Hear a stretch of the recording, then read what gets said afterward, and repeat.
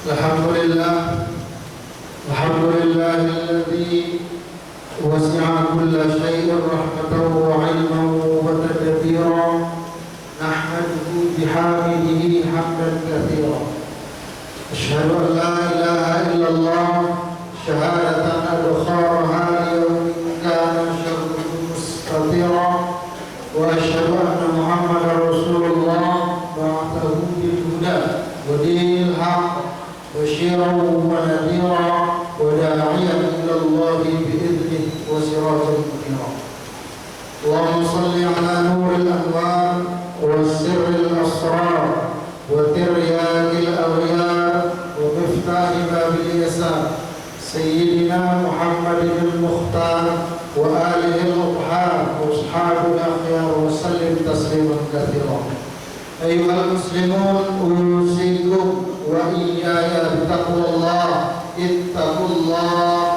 اتقوا الله حق تقاته ولا تموتن إلا وأنتم مسلمون. قال الله تعالى في القرآن الكريم: أعوذ بالله من الشيطان الرجيم. يا أيها الناس كلوا مما في الأرض حلالا طيبا ولا تتبعوا خطوات الشيطان إنه لكم عدو مبين. صدق الله العظيم. Ma'asyiral muslimin, jamaah Jumat yang dimuliakan oleh Allah Subhanahu wa taala. Khatib mengajak kita semua, mari bersama-sama meningkatkan kualitas ubudiyah, ketakwaan kita kepada Allah, penghambaan diri kita kepada-Nya. Karena memang untuk itulah kita diciptakan, atas dasar itulah kita dijadikan. Wa ma khalaqtul jinna wal insa illa liya'budun. Dan harus siapkan bekal terbaik menuju negeri abadi, era tanpa batas, yaitu akhirat. Tazawwadu fa inna khairaz zadi taqwa. Sebaik bekal adalah takwa. Fi'lul ma'murat wa ijtinabil manhiyat. Mengerjakan perintah Allah, menjauhi larangan Allah Subhanahu wa taala. Jemaah-jemaah yang dimuliakan oleh Allah Subhanahu wa taala, ayat yang khatib bacakan tadi surah Al-Baqarah ayat 168. Lewat ayat ini, seruan ayat ini, ya Yohanes, khitabnya kepada seluruh manusia. Tapi secara spesifik, secara khusus, ayat ini hanya diperuntukkan kepada orang yang beriman, dikuatkan pada ayat berikutnya 172. Ya ayyuhalladzina amanu. Apa isi dalam ayat ini? Allah katakan kul, kalimatnya perintah, hurufnya kaf bukan qaf. Kalau qaf kul, katakanlah, tapi perintahnya kaf. Kulu fi'il amar, jamak, makanlah apa yang ada di bumi yang halal dan baik. Karena ada makanan, bukan dia tidak halal, tetapi tidak baik untuk kita. Ada kita orang terlahir sudah tidak boleh memakan sesuatu. Kalau kita makan sejenis ikan laut misalkan, tidak cocok pada tubuh. Yang diperintahkan itu yang halal dan yang baik untuk kita.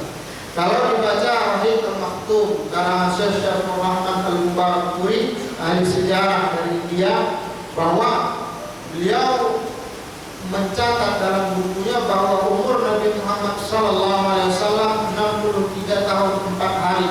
Seumur hidup Nabi itu tidak pernah sakit kecuali 14 hari sebelum meninggal dunia. Hanya itu sakit Nabi, dan sakitnya hanya demam panas. Diawali dari hari Senin sore, Senin kedua, Senin ketiga waktu duha meninggallah Rasulullah, wafatlah Rasulullah Sallallahu Alaihi Wasallam. Selepas itu Nabi tidak pernah sakit, hanya 14 hari saja, dan sakitnya hanya demam panas. Kenapa Nabi sehat? Karena yang masuk ke dalam tubuh Nabi kita Muhammad Sallallahu Alaihi Wasallam halal dan thayyibah. Dalam kitab Ibnu Katsir, tafsir Ibnu Katsir, beliau mentafsirkan thayyiban itu maknanya wa amma qauluhu thayyiban, dan ada firman Allah thayyiban itu maknahu tahiran, makanan yang suci, min ghairi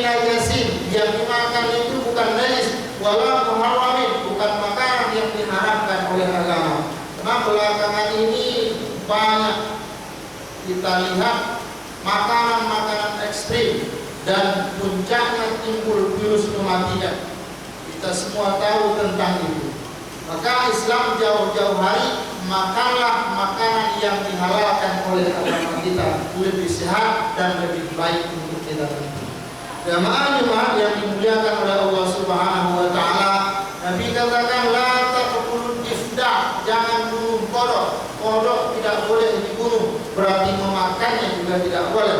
Tidak boleh membunuh kelelawar, memakan kelelawar juga tidak boleh. Banyak yang dilarang dalam agama, tetapi belakangan ini dianggap sepele oleh manusia atau punya tujuan tertentu, biar sehat, biar kuat lalu dimakan. Waliyahzubillah, kita berlindung kepada Allah Subhanahu wa taala. Kemudian halal itu ada dua, halal secara prosedural dan material. Cara mencarinya harus halal, dan yang kedua ain, benda, zat juga harus halal. Cara mencarinya halal tetapi diberikan kepada yang tidak halal tidak benar. Cara mencarinya tidak halal diberikan pula kepada yang halal juga tidak benar. Harus halal cara mencarinya, maka halal pula cara mengkonsumsinya, membelinya. Maka dalam kitab Al-Fawaidul Mukhtar disebutkan karangan Sayyid karangan Habib Ibrahim. Beliau mengatakan di sana an-nas ala arba'ati aqsam, manusia dalam mencari rezeki itu tipe 4. Pertama, rajulun iktasabal mala min haram wa anfaqahu fil haram, bekerja dari yang halal, bekerja dari yang haram, lalu dia belanjakan di jalan yang haram. Fazaka finnar, orang pertama ini tempatnya di neraka. Yang kedua, rajulun iktasabal mala min haram wa anfaqahu fil halal, bekerja dari yang haram, lalu uang haram dia bawa pulang ke rumah, dia belanjakan di jalan yang halal untuk keluarganya, biaya pendidikan anaknya, kebutuhan rumah tangganya, dan segala macam. Ini juga tempatnya di neraka. Artinya tidak benar. Yang ketiga, rajulun iktasabal mala min halal wa anfaqahu fil haram, ada orang bekerja dari yang halal lalu dia belanjakan ke jalan yang haram. Ini sangat merugi sekali, sulit, susah mencari yang halal, sudah dapat yang halal itu dia belanjakan pula ke jalan yang haram. Yang nomor 4 yang benar, rajulun iktasabal mala min halal wa anfaqahu fil halal, hadza huwa an-najat walakin ba'al-lisan. Orang bekerja dari yang halal lalu dia belanjakan ke jalan yang halal, inilah orang-orang yang beruntung, orang-orang yang beruntung, tetapi tetap juga harus diproses di hadapan Allah Subhanahu wa taala. Bahwa halalnya saja diproses, apalagi cara bekerja kita yang tak dibenarkan dalam agama.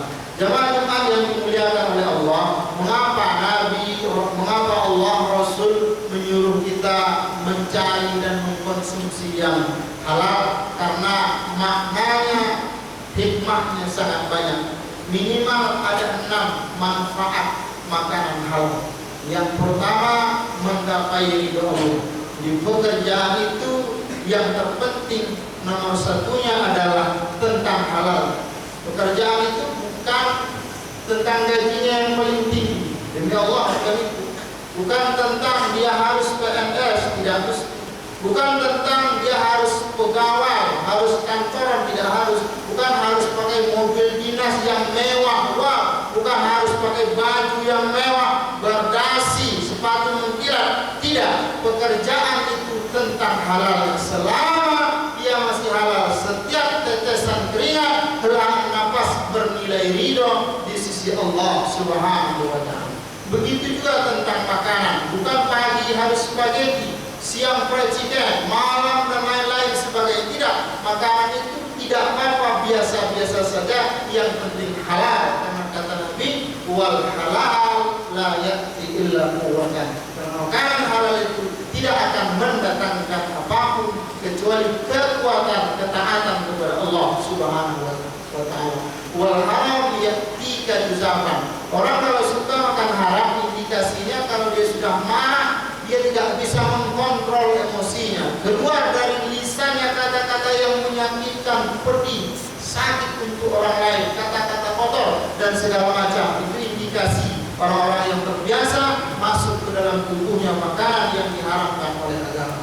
Yang kedua, memicu amal saleh. Surah Al-Mu'minun surah 23 ayat yang ke-51 Allah katakan, ya ayyuhar rusul, wahai sekalian rasul, kulu minat thayyibat, makanlah yang baik-baik, wa'malu shalihah. Ayat ini digandengkan dengan waw atau, makanlah yang baik-baik, lakukanlah yang baik-baik. Makna ayat ini apa?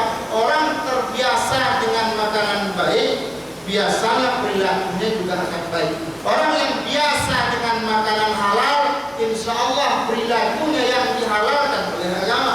Tapi di balik pula mafhumul mukhalafah, pemahaman sebaliknya, kalau biasa yang masuk ke dalam tubuh itu makanan haram, maka perilakunya selalu mengarah kepada yang haram. Inilah makna ayat surah Al-Mu'minun ayat 51.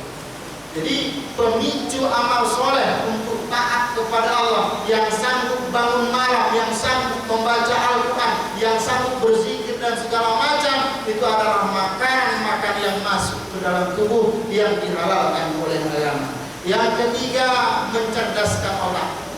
Hasil penelitian bahwa otak cerdas itu lewat makanan halal, satu. Yang kedua, lewat gen kromosom yang dimiliki oleh seorang wanita, bahwa kecerdasan itu bisa diwariskan oleh ibu. Biasanya kalau ibunya cerdas, anaknya insya Allah cerdas. Yang ingin menikah itu carilah yang cerdas-cerdas. Jamaah Jumat yang dimuliakan oleh Allah Subhanahu wa Ta'ala. Yang keempat, mustajab doa. Nabi sedang duduk bersama Sa'ad bin Abi Waqqas, lalu tiba-tiba datang seorang ayat membaca surah Al-Baqarah ayat 168. Ya ayyuhan nas kulu mimma fil ardi halalan thayyiban, al-ayat sampai ujung. Lalu Sa'ad bin Abi Waqqas berdiri dan dia jumpa Rasulullah SAW. Dia katakan, ya Rasulullah, tolong doakan kepada Allah agar setiap doaku dikabulkan oleh Allah. Kata Nabi, engkau tak perlu repot wahai Sa'ad, cukup engkau halalkan saja makanan. Atik mat'amaka, halalkan, baikkan makananmu, takun mustahabat taqwa, maka doamu akan dikabulkan oleh Allah Subhanahu wa Ta'ala. Andai kita sudah lama bahkan lelah berdoa tak kunjung dikabulkan oleh Allah Subhanahu wa Ta'ala, satu dari sekian banyak yang harus kita introspeksi adalah ada tidak yang masuk ke dalam tubuh kita yang tak dibenarkan dalam agama. Mungkin itu yang menyebabkan doa kita terhambat. Jemaah Jumat yang dimuliakan oleh Allah Subhanahu wa Ta'ala. Yang kelima, mencegah penyakit. Di saat penyakit sangat banyak, selain kita juga harus berkondisi bersuci, banyak beribadah, pakai masker dan segala macam, maka masukkanlah ke dalam tubuh kita makanan yang dihalalkan oleh agama. Yang keenam, mengantarkan ke surga.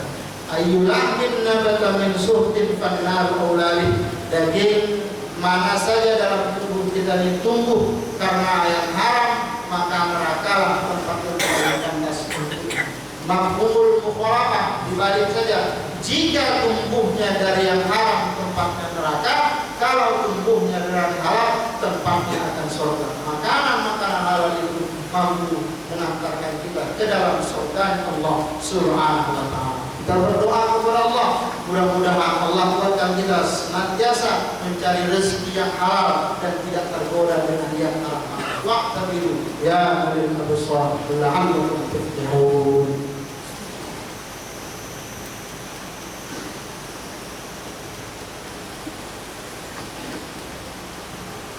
Alhamdulillahil wahidil ahad al-fardis samad, lam yalid wa lam yulad wa lam yakul lahu kufuwan ahad. Asyhadu an la ilaha illallah wa asyhadu anna Muhammadan abduhu wa rasuluhu alladzi la nabiyya ba'dahu. Allahumma shalli ala sayyidina Muhammad wa ala alihi wa ashabihi wa sallim.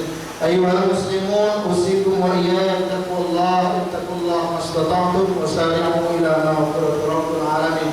Qala Allah ta'ala fil Qur'anil Karim, أعوذ بالله السميع العليم من الشيطان الرجيم. يا أيها الذين آمنوا إذا نودي للصلاة من يوم الجمعة فاسعوا إلى ذكر الله وذروا البيع ذلكم خير لكم إن كنتم تعلمون. قال إن الله وملائكته يصلون على النبي يا أيها الذين آمنوا صلوا عليه وسلموا تسليما. اللهم صل على محمد وعلى آله وأصحابه والتابعين وتابعين التابعين ومن تبعهم بإحسان إلى يوم الدين وعلينا معهم برحمتك يا أرحم الراحمين. اللهم اغفر لنا وللمسلمين والمسلمات والمؤمنين والمؤمنات وتابع بيننا وبينهم بالخيرات. رب اغفر وارحم وأنت خير الراحمين. اللهم ألف بين قلوبنا واصلح ذات بيننا واهدنا سبل الصلاح جنبنا الفواحش ما ظهر منها وما بطن وبارك لنا في أسماعنا وبصارنا وقلوبنا وأزواجنا وذريتنا وتب علينا إنك أنت التواب الرحيم. اللهم أعز الإسلام والمسلمين. اللهم أعز الإسلام والمسلمين وأذل الشرك والمشركين أعداءك أعداء الدين. اللهم انصر الإخوان المسلمين في فلسطين وفي روهينيا وفي بورما وفي الأيغور وفي الهند وفي كل بلدان من بلاد المسلمين عامة. اللهم عجل بنصرهم يا رب العالمين. اللهم اجعلنا من المجاهدين. اللهم اجعل بلدتنا هذه اندونيسيا بلدة طيبة آمنة مباركة مغفورة سالمة من كيد أعدائك وأعداء الإسلام وأعداء المسلمين من داخلها وخارجها برحمتك يا أرحم الراحمين. ربنا آتنا في الدنيا حسنة وفي الآخرة حسنة وقنا عذاب النار. والحمد لله رب العالمين. قال الله إن الله يأمر بالعدل والإحسان وإيتاء ذي القربى وينهى عن الفحشاء والمنكر والبغي يعظكم لعلكم تذكرون فاستغفروه إنه هو الغفور